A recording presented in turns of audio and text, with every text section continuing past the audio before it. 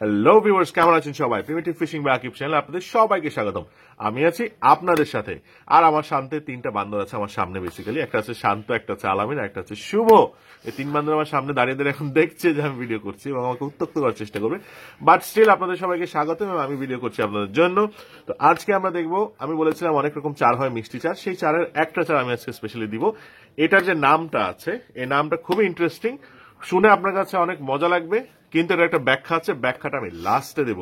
তো আসুন আমরা দেখে নিই যে সাতবাসী মিষ্টি চার, সাতবাসী মিষ্টি, হ্যাঁ কথাটা ঠিকই বলেছি, সাতবাসী মিষ্টি চার কিভাবে বানায়। এটা হচ্ছে মিষ্টি চারের মধ্যে তৃতীয়টা আমি দেখাচ্ছি। তো সাতবাসী মিষ্টি চারটা কিভাবে বানায় এটা আসুন আমরা আজকে দেখে নিই। তো আসুন আমরা দেখি। মাছ ধরা সম্পর্কিত নতুন নতুন ভিডিও পেতে আমাদের চ্যানেল ইউটিউবে এখনই সাবস্ক্রাইব করুন। সাবস্ক্রাইব করে সবসময় লেটেস্ট আপডেট পেতে বেল বাটনে ক্লিক করুন। তো সাতবাসী মিষ্টি চার দেখানোর আগে কিছু কথা বলে রাখি, আমার আশেপাশে অনেক এখন আওয়াজ পাবেন, বিকজ আমাদের জমিতে কিছু মাটি পড়ছে। মাটি পড়ছে মিনস এক্সট্রা কিছু অ্যাডিশনাল উর্বর মাটি এনে ফেলা হচ্ছে, এই কারণে কিছু ডিস্ট্রাকশন বা আওয়াজ থাকবে। তো এটা আপনারা কাইন্ডলি আমাকে ক্ষমা করবেন, এটা কিছু করার নেই, বিকজ একটা ট্র্যাক্টর নষ্ট হচ্ছে, এটা একবার চলছে একবার বন্ধ হচ্ছে। তো এখন আসুন আমরা সাতবাসী মিষ্টি চাটা কিভাবে করে সেটা দেখিয়ে নিই। তো সাতবাসী মিষ্টি চা আমি সবসময় কিন্তু ভাগ হিসাবে বলি, যে এত ভাগ এত ভাগ। তো সেভাবে আপনি ভাগ করে নেবেন, আপনি 1 কেজি 2 কেজি 5 কেজির জন্য ভাগ করে নেবেন, আর বাকিটা তো অ্যাপে থাকছেই। আগেই বলে রাখি, এটা কিন্তু আজকে অ্যাপে নাও পেতে পারেন। আমি একটু ব্যস্ত আছি, ইভেন্ট আছে আগামী কালকে রাতে, আমরা রওনা দিচ্ছি রাজশাহী থেকে। ডিপ সি ফিশিং যে ইভেন্টটা আছে সেটা আমরা যাচ্ছি, আমাদের সবার জন্য দোয়া করবেন। আমরা খুব ইন্টারেস্টিং একটা ইভেন্ট করতে যাচ্ছি, এই প্রথম অফিসিয়ালি বাংলাদেশে কোনো গ্রুপ আর কি যাচ্ছে মাছ মারতে, কোনো ইউটিউব চ্যানেল থেকে প্রপারলি যাওয়া হচ্ছে মাছ মারতে, এবং একটা ভিডিও আপনারা পাবেন। আমরা খুব ঘুরবো, মজা করবো, আড্ডা দিব, ওখানে ভিডিওটা আপনারা দেখতে পাবেন। তো সাতবাসী মিষ্টি চারের জন্য প্রথম শর্ত সেটা হচ্ছে আপনার একটা পাত্র লাগবে, যেটা হচ্ছে কাঁসার। কাঁসা জিনিসটা কি সেটা আপনারা অনেকেই জানেন, যারা না জানেন তারা হচ্ছে আশপাশ থেকে জিজ্ঞেস করলেই পাবেন যে কাঁসা জিনিসটা কি। কাঁসার একটা পাত্র লাগবে, আমার কাছে একটা কাঁসার পাত্র আছে।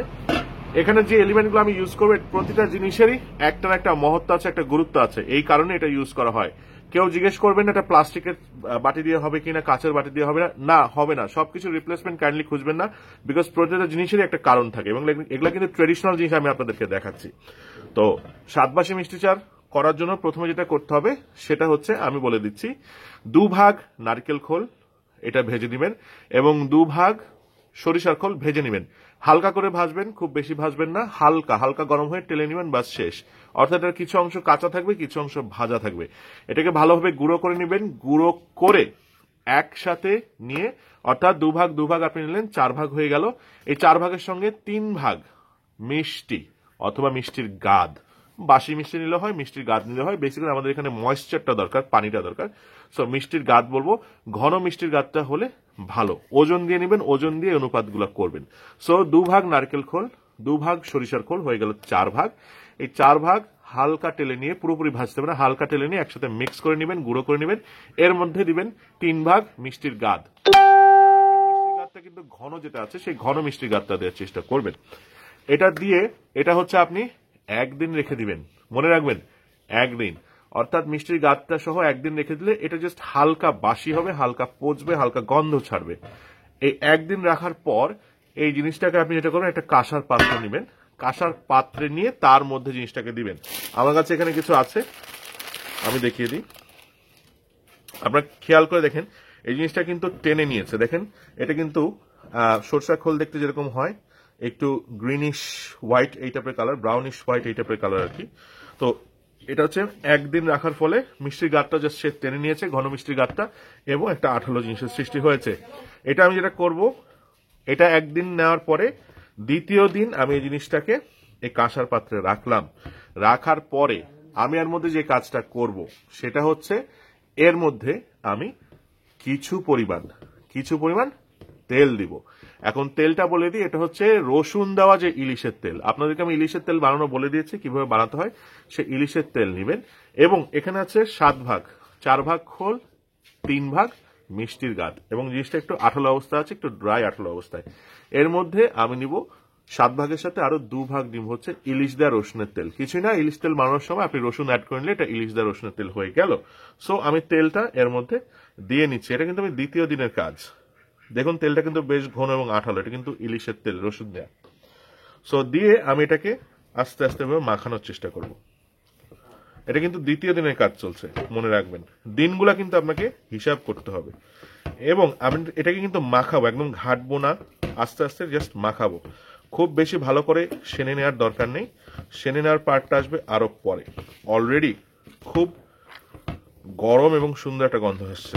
গন্ধ কিন্তু অনেক ধরনের হয়, আমি গরম বলছি, আপনারা যখন বানাতে যাবেন তখনই বুঝতে পারবেন কেন গরম বলছে। বিকজ সরষে এবং নারকেলের একটা স্পেশাল গন্ধ আছে, সাথে ইলিশের তেলের একটা গন্ধ আছে। এই জিনিসটা আমি বানিয়ে নিলাম। এটা কিন্তু দ্বিতীয় দিনের কাজ। প্রথম দিনে খোল ভিজানো, দ্বিতীয় দিনে তেল দেয়া। এবার দ্বিতীয় দিনে তেল দিয়ে এটাকে এই কাঁসার পাত্রে, প্রথম দিন কিন্তু কাঁসার পাত্রে রাখতে হবে না, এটা হচ্ছে দ্বিতীয় দিনের কাজ। দ্বিতীয় দিন এটা ভিজে গেলে তখন কাঁসার পাত্রে এরকম তেলটা দিয়ে আস্তে আস্তে হালকা করে মেখে নিলেন। এভাবে এটাকে আপনি যেটা করবেন, একটা গামছা নেবেন, গামছা অর্থাৎ সুতি কাপড়ের যে গামছা আছে, এই জিনিসগুলো অল্টারনেট করার চেষ্টা করবেন না। গামছা বলতে সুতি কাপড়, আপনি যে কোনো সুতি কাপড় নিতে পারেন।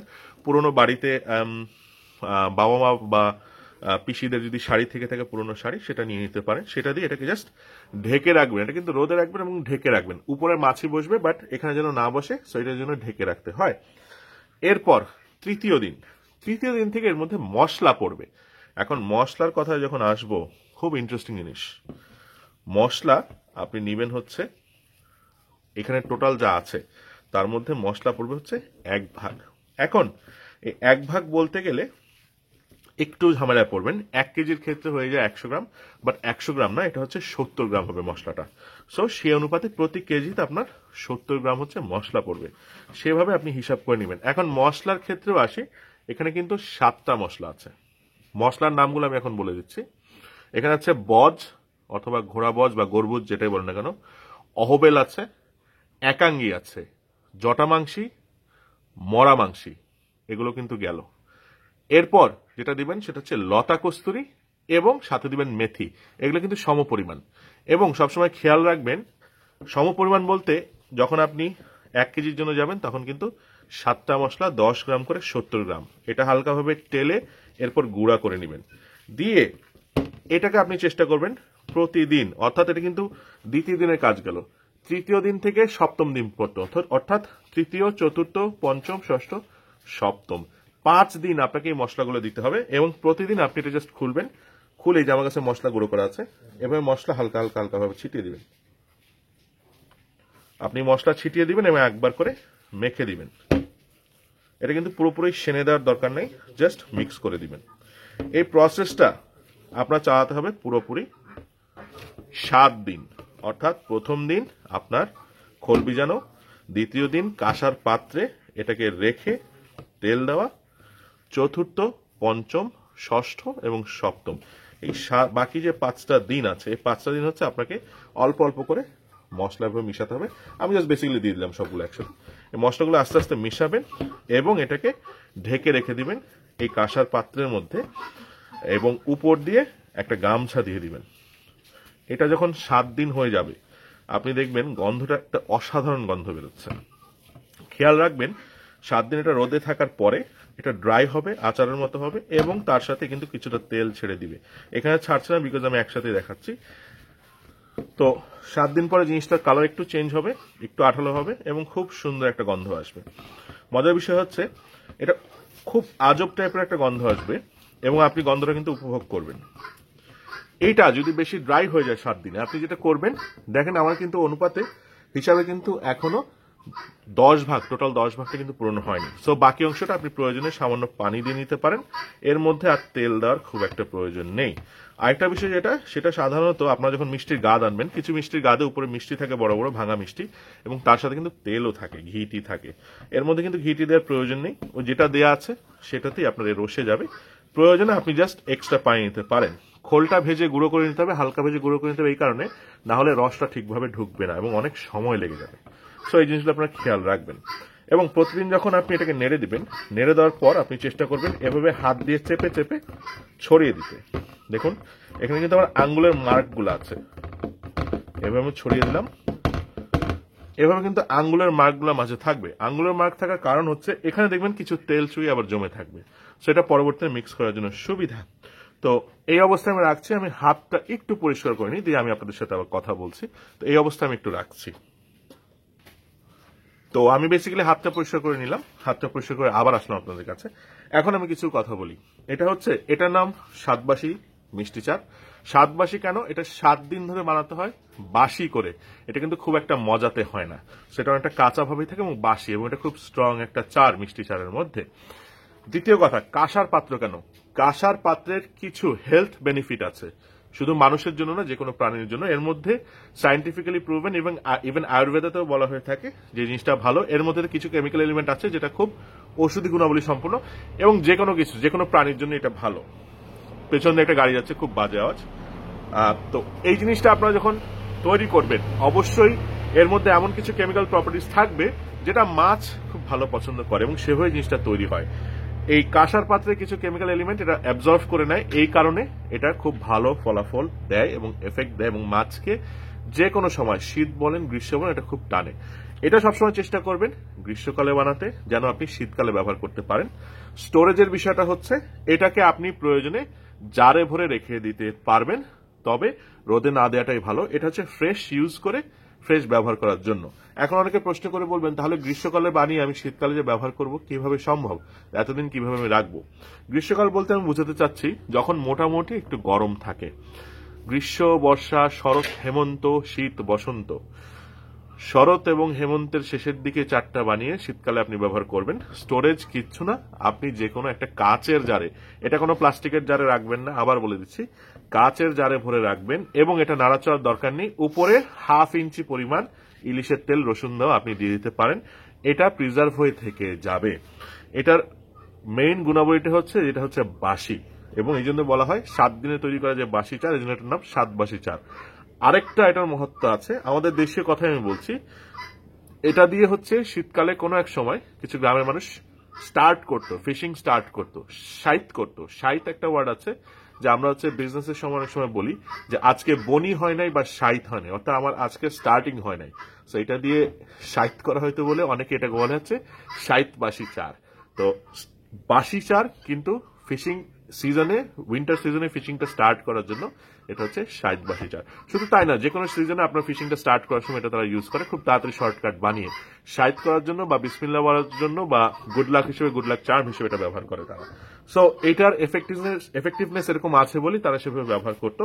এটা গ্রামে গঞ্জে বহু পুরোনো আমলের আদি মানুষ যারা আছে তারা এটা ব্যবহার করতো, এবং এখনো অনেক অনেক বুড়ো মানুষ যারা আছে, যেমন আমার পরিচিত একজন আছে, উনি হচ্ছেন বেসিক্যালি একজন বাবুর্চি। ওনার নামটা বলেছে, ওনার নাম নাজিম।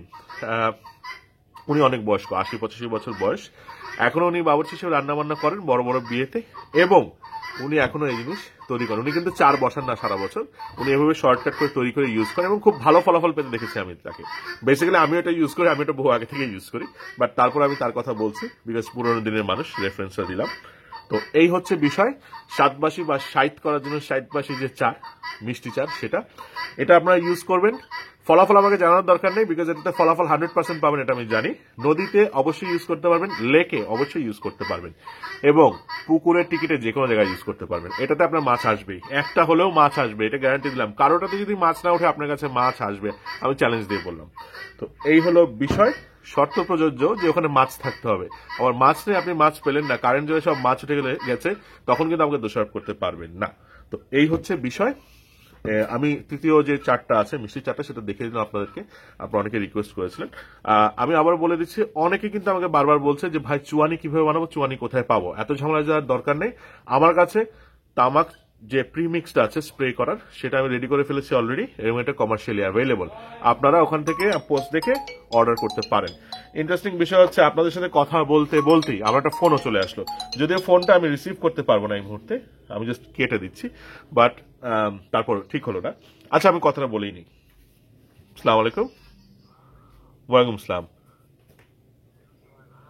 আছি আলহামদুলিল্লাহ। একটু যদি আমাকে 5টা মিনিট পরে কল দিতে, আমি বেসিক্যালি ভিডিওর মধ্যে আছি, এখন ভিডিও করতেছিলাম। ঠিক আছে, জি, আসসালামু আলাইকুম। হ্যাঁ, তো আমাকে ফোন দিয়েছিলেন সুদূর লক্ষ্মীপুর থেকে এক ভদ্রলোক। ওনার জন্য জটা মাংসি এবং মরা মাংসি, লতাকস্ত্রী এবং মরা মাংস ওনার জন্য পাঠানোর কথা। তো সেই অর্ডারটা প্রসেস হয়েছে কিনা সেজন্য কল দিয়েছিল।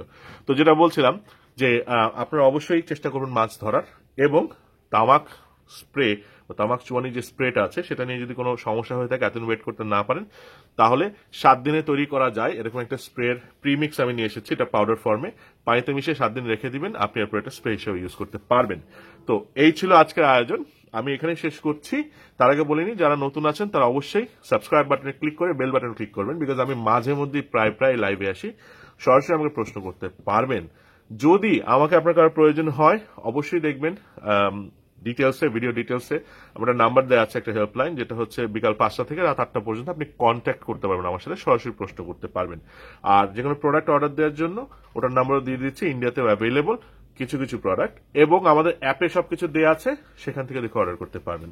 দ্বিতীয় কথা হচ্ছে, যারা এক্সিস্টিং সাবস্ক্রাইবার আছেন, ভিডিও দেখছেন, তাদেরকে সবাইকে আমি বলবো একটা লাইক দিতে। আমি লাইক ডিজার্ভ করি, আমি গর্ব করে বলতে পারি, আমি দাবি করছি না আজকে, আমি গর্ব করে বলতে পারি যে আমি একটা লাইক ডিজার্ভ করি, বিকজ এত শর্টে এত সুন্দর একটা চার আপনাদেরকে আমি দেখিয়েছি, যেটা অবশ্যই 100% গ্যারান্টি যেটা এফেক্টিভ হবে। আর যারা হেটার্স আছে তারা ডিসলাইক দিতে দিতে দিতে দিতে এভাবে চারের মধ্যে আঙ্গুল দিয়ে দিয়ে দিয়ে দিয়ে এভাবে নেড়ে দিতে পারেন, দিয়ে তারপরে সেই চারটাকে আপনি ইউজ করে আবার ফলাফল পাবেন, এবং তারপরে এসে দেখাবেন, ডিসলাইক দিবেন যে আমি ডিসলাইক দিতে পছন্দ করি। এটা আপনার জেনেটিক্যাল প্রবলেম, আমার কিছু করার নেই, আপনার জেনেটিকের মধ্যে এটা থাকুক, আমি জেনেটিক্সের মধ্যে যেতে চাই না। আর তো সবাই ভালো থাকবেন, সুস্থ থাকবেন, এই বলে আমি আজকে এখানে শেষ করছি, এবং আগামীকালকার একটা ভিডিওর জন্য অবশ্যই অপেক্ষা করবেন। ধন্যবাদ।